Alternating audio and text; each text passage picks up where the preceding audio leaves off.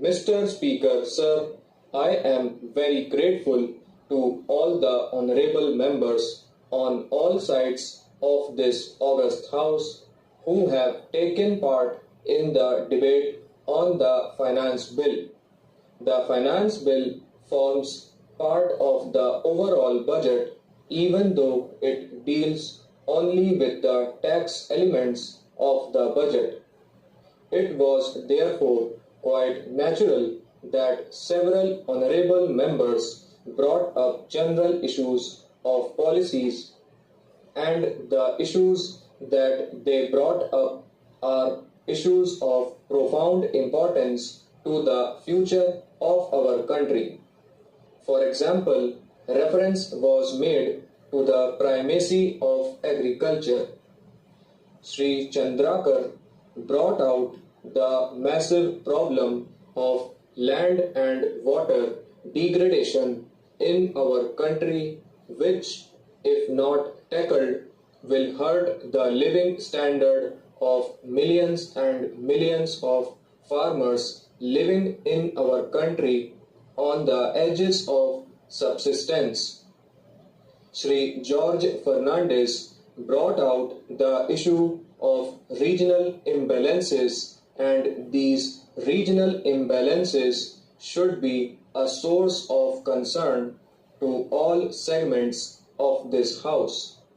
Reference was made to the growing problem of unemployment. This again is an issue which ought to be the concern of all segments of this House.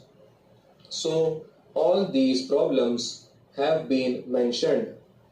The same way Sri George Fernandes specifically referred to the inadequacy of the infrastructure of power in Bihar, how it is contributing to the continued backwardness of potentially very rich state of the Union. All these are very live issues, and these must be tackled if this country is to achieve its full development potential, if the aspirations of the people of this country for a better tomorrow are to become a living reality. But how is it to come about? I submit to this august House that these aspirations cannot be given a living reality if the fiscal mess in which we have got into is not set right.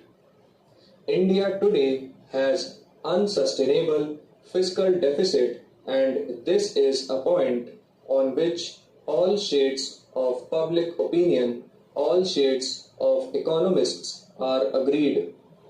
You can go on quarreling as to how this fiscal deficit came about, how it gave rise to unsustainable foreign exchange deficit.